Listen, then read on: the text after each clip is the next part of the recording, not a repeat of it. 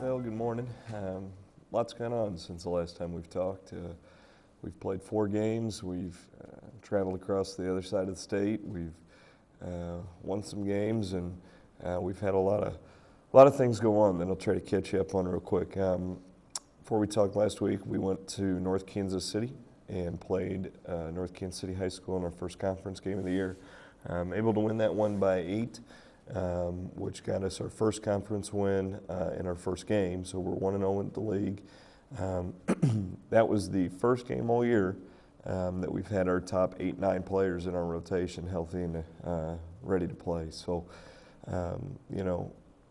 better late than never, I suppose, because, once we get those guys healthy, then I think it changes some things as far as how we can play. So they got some confidence playing together.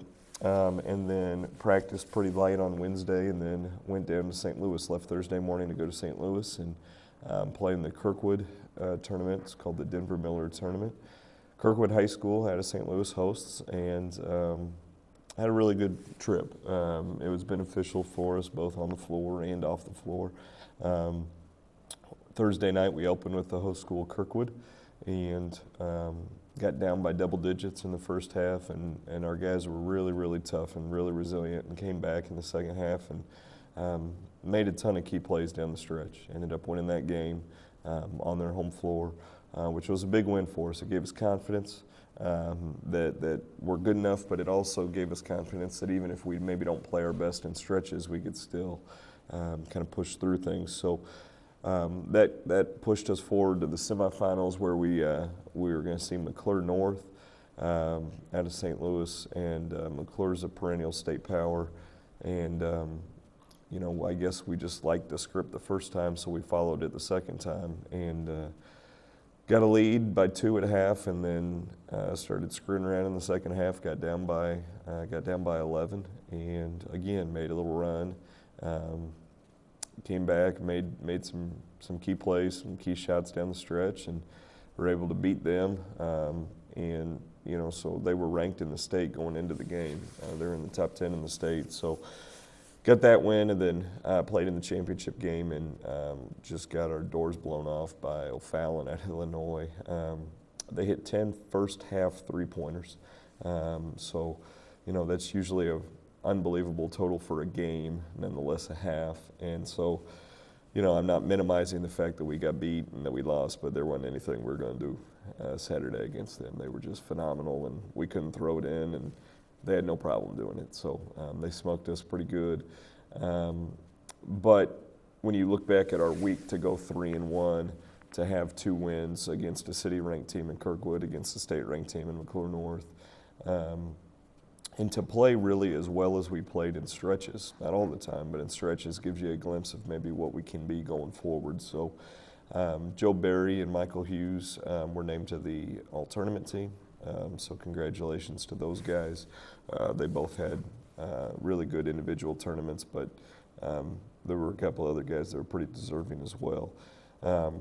Now, the goofy part of our schedule is that the next 10 days from Saturday, we don't have a game. We don't play again until Tuesday back here in conference. And so this is a great time to get healthy, recharge ourselves, make sure we get some things refined, and then just make sure I'm, connecting with the guys, getting to talk to them, kind of hear what they're having to say, hear how they're feeling, what they think's going on, to make sure that once we start playing next Tuesday, week from tonight, that's kind of our push. We're 1-0 in conference. We got 11 more conference games. So the next 5 weeks, it's just going to be, us against, 6 other teams in our league who've had a chance to see us, and we have had a chance to see them. So there'll certainly be some battles. But, I'm excited about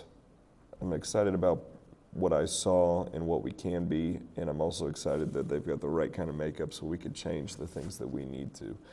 But overall, a very, very beneficial trip for us, and a beneficial week going 3-1, and getting ready to prepare for whatever's going to come up here this week as we prepare for conference to start. So with that, open it up to questions. Coach, how do you think it affects the team playing out of town against teams that they're not used to seeing? Yeah, well, if you would have asked me that before, I would have had a different answer than asking me after. I think that it affects you going into the game because there's the unknown. You don't quite know. You don't have the familiarity. You don't see those guys. You know, when we play teams, there's a chance that we've played summer ball against them, or maybe even guys on our team or teammates, guys that are playing against in the summer. When we went out to St. Louis, that wasn't the case. You know, we hadn't seen a lot of those folks. We'd seen a little bit of tape on a couple of the opponents, but tape was hard to come by for some of them. So how does it impact us playing different people? Well, I think it heightens our awareness about, you know, we got to make sure we're ready to play. We got to make sure that we're not taking an opponent for granted. They didn't do that. They were great about it. And then the second thing is, you know, being confident and trusting that the system that we play, the way that we play, is good enough to beat anybody, regardless if it's here in the city, if it's at the Final Four, if it's in St. Louis, or wherever it is. Being confident that what we do is good enough to win, I think was probably one of the biggest things I'll take away from it, because we showed that we can compete in unfamiliar and different surroundings in a setting, and I think that's something that our guys deserve a lot of credit for. And I know you said O'Fallon looked really good, but do you think there's anything you guys could have done different to maybe lessen the gap? well, yeah, I got a funny story.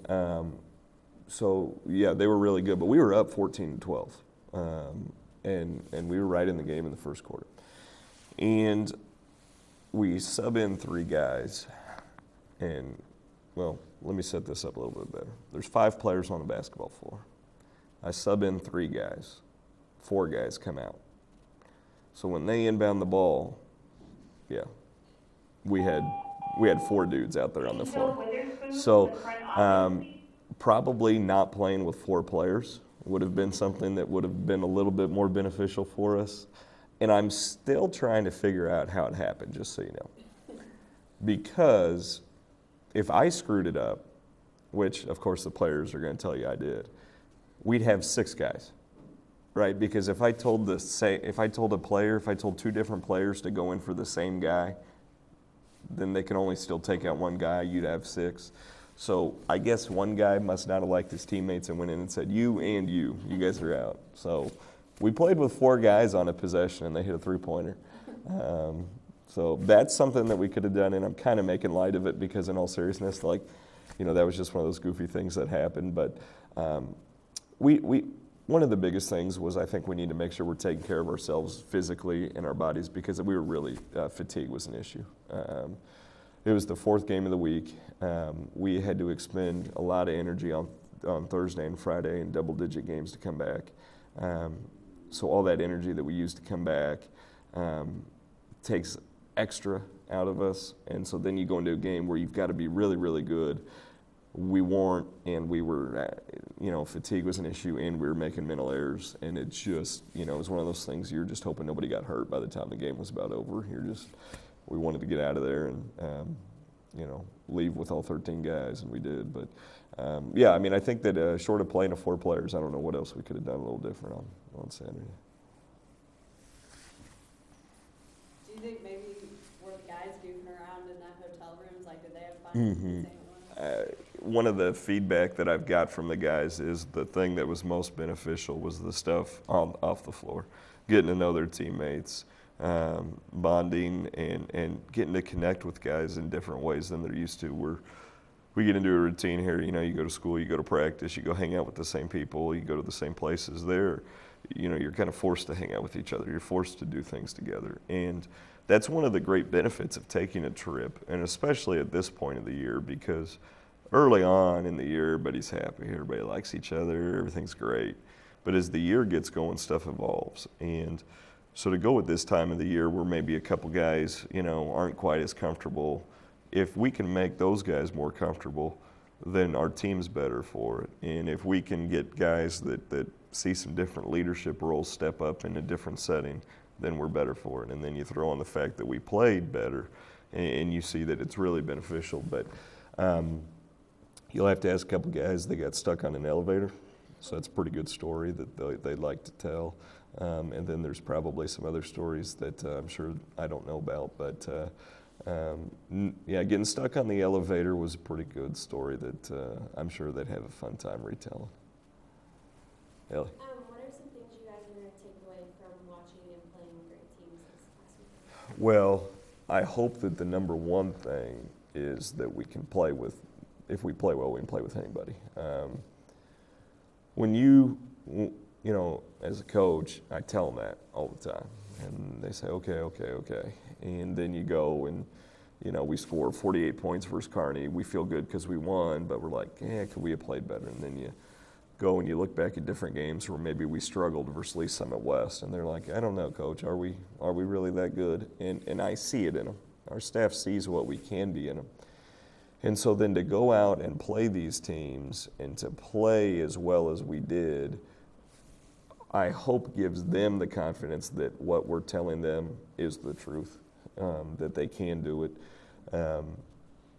You know, the teams that we played to play a style that maybe isn't quite ours. You know, they're really, really athletic and up-tempo and pressure defense, and those are things that, twofold. One, it's not our style, but two, we've struggled with. And part of the reason we've struggled with it is because it's not our style. But when we were able to handle it, when we were able to, you know, get down and fight back, I think then they realized, yeah, okay, yeah, maybe we are good enough. And that gave them the confidence then to play at their ability level. There's no self-doubt.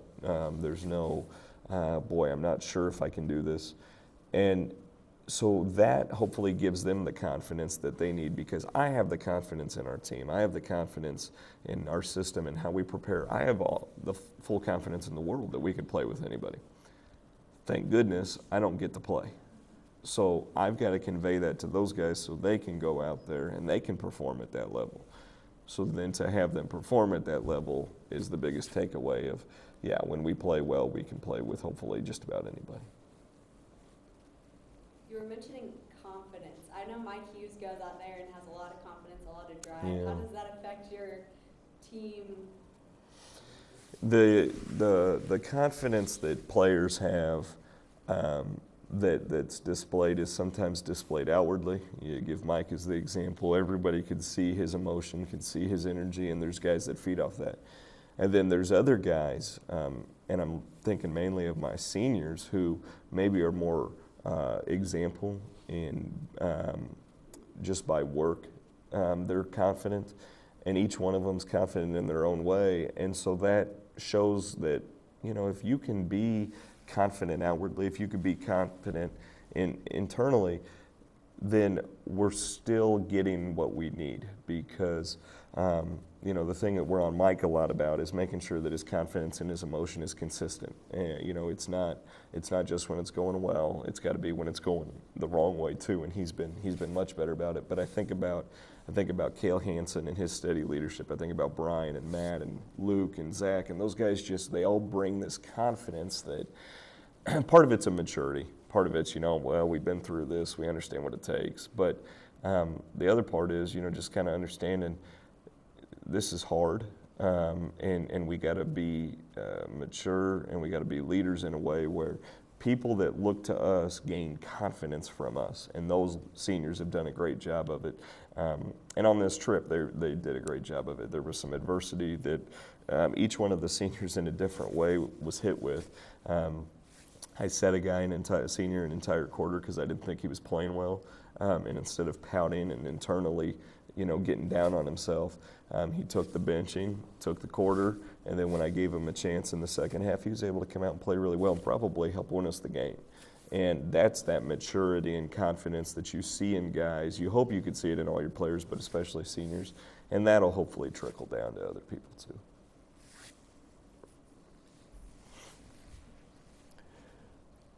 Coming off this tournament and the long break and having seen the quality of opponents that you did next Tuesday, how do you feel you should do against? Yeah. Well, you don't know if basketball, you know, basketball is a rhythm sport. Sometimes it's not, but so I don't know how we're going to do Tuesday night. We were playing pretty well, and so you're kind of hoping to bottle that up and keep it going. But at the same time, we needed to make sure we get healthy, get rested, because we were fatigued and it was affecting performance. So we'll use this time to correct things and we don't need to make wholesale changes. If this was the point in the season, what are we, 9-5? If we were 5-9 at this point in the season, there's some things the next 10 days that we're doing that, are preparing us to make some big changes.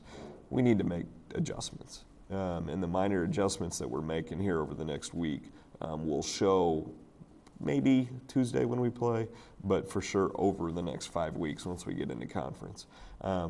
You'll want to be playing your best basketball at this time of the year, starting basically from February on. And when next week gets here and we start playing, we're pretty darn close to February. So if you're playing your best basketball in February, March, it means a couple things. It means that you've got good players that are playing with confidence, and then it means that you got a chance to do some special things.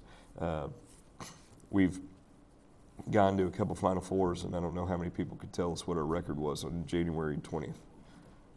And the point is, we've learned from the games up until this point, the things that we've gone through, but we've still got everything in front of us. We still have the opportunity to compete for a conference title, a district title, and then if we're able to do those things, then you're talking about the state playoffs, and a couple wins get you to Columbia. So everything's in front of us. How we're going to play on Tuesday, boy, I don't know. I hope we'll play well because we had been, but it'll be nice to be home and play at home on Tuesday for sure. With that, wrap it up. As always, I tell you and everybody, I appreciate you guys' support of our program.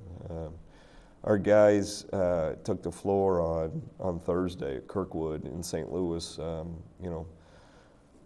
250 miles away from home, and we looked up in the stands, and there was more Navy and Gold than there were the host school at that point. We had more parents and more fans that showed up to support us there. And I think that that's a great representation of our guys and of our program. And then when you look back to the game, the Friday night game versus Kearney, and all of the kids and all the students and the people that showed up, you see how much support there is for our team.